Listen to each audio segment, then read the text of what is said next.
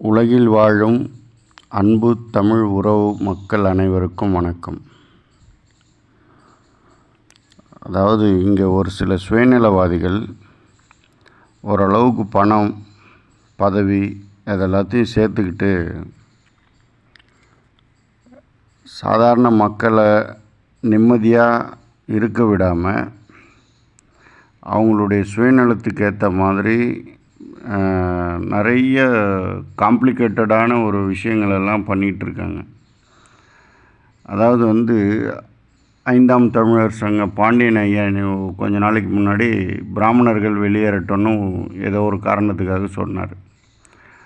அதுக்கப்புறம் திரு கமலஹாசன் அவர்களும் அதுக்கேற்ற மாதிரி கர்நாடகாவுக்கும் தமிழ்நாட்டுக்கும் சண்டை வர மாதிரி ஒரு இது போட்டு விட்டார்.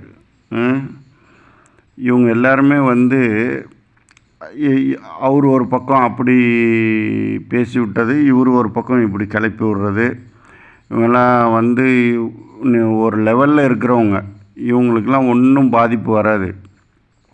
அப்படி பேசிட்டு போயிடுவாங்க, பாதுகாப்பாக இருந்துக்குவாங்க. யார் அடித்தட்டு மக்களோ அவங்க வெவ்வேறு மாநிலத்தில் இருந்துக்கிட்டு ஏதோ வயிற்று பழப்புக்கு அங்கே வேலை செஞ்சுக்கிட்டு கஷ்டப்பட்டுக்கிட்டு இருப்பாங்க. இவங்க பேசுகிற இந்த மாதிரி இவங்கெல்லாம் இப்படி பேசுகிறது, இந்த சண்டையை கிளப்பி விடுறது, இந்த மாதிரி பண்ணுறதுனால பாதிக்கப்படுறது யாருன்னா இந்த கீழ்நிலையில் இருக்கிற மக்கள், இந்த உழைப்பாளிகள். அவன் பணம் வாங்கிட்டு அங்கங்கே அரசியல் பண்ணிக்கிட்டு திருட்டு பசங்க தின்னுட்டு கொழுப்பு மூடிக்கிட்டு இல்லாமல், எனக்கு வாயில் அசிங்கமாக வரும். இது பொது வெளின்றதுனால நான் கொஞ்சம் பொறுமையாக பேசிக்கிட்டு இருக்கேன். எந்தெந்த விஷயம்லாம் பற்றிக்கிட்டு எரியுமோ அந்த மாதிரி விஷயத்தில் தான் கிளப்பி விடுவானுங்க. அப்புறம் நான் யாருக்கும் மட்டும் மரியாதை இல்லாமல் பேசி விட்டுருவேன். நான் இதனால் எத்தனை பேர் வேறு வேறு மாநிலத்தில் இருக்கிறவங்க, அந்த ரொம்ப ஏழ்மை நிலையில் இருக்கிறவங்க, ஏதோ தான் வயிற்று பழப்புக்காக எங்கேயோ போய் பழைக்கிறவங்களுக்கெல்லாம் எவ்வளோ எஃபெக்ட் ஆகும்னு யோசிச்சானுங்களா? ஒருத்தன் மொழி பிரச்சனையை கிளப்புவான், ஒருத்தன் சாதி பிரச்சனையை கிளப்புவான், ஒருத்தன் ஸ்டேட்டு பிரச்சனையை கிளப்புவானுங்க. ஏண்டா உங்களுக்கெல்லாம் பணம் கொழுத்து போச்சா, இல்லை உடம்புல கொழுப்பு அதிகமாகிடுச்சா? போங்கடாங்க, ஜிம்மில் போய் உட்காந்து எக்ஸசைஸ் பண்ணுங்கள். கொழுப்பு அதிகமானா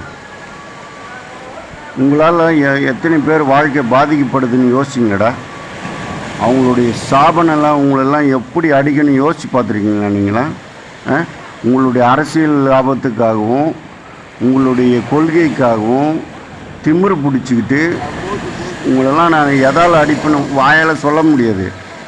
பொது வெளியிலன்னு பார்க்குறேன் நான். ஒழுங்காக அவன் வேலையை பாருங்கள்.